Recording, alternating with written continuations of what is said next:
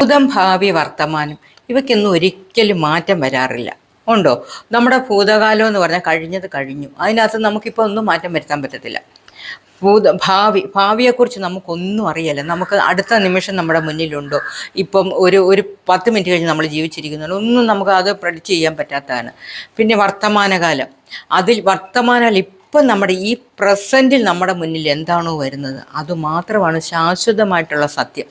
മറ്റൊന്നും സത്യമല്ല. കഴിഞ്ഞത് കഴിഞ്ഞു, വരാനുള്ളത് വരുമോ നമുക്കറിയാല. ഇപ്പോൾ ഉള്ളത്, ഇപ്പം നമ്മുടെ മുന്നിൽ എന്താണോ കാണുന്നത്, അത് സന്തോഷമായിക്കോട്ടെ, സങ്കടമായിക്കോട്ടെ, അല്ലെങ്കിൽ എന്തും ആയിക്കോട്ടെ, നമ്മൾ സന്തോഷം കണ്ടെത്താതെ അതോർത്ത് നമ്മളിപ്പം പല പല കാര്യങ്ങൾ നമ്മൾ അപ്പോഴേ നമുക്കൊരു ദുഃഖം വരുന്നെങ്കിൽ ഈ നിമിഷം കടന്നു പോകുന്ന ചിന്തിക്കുക.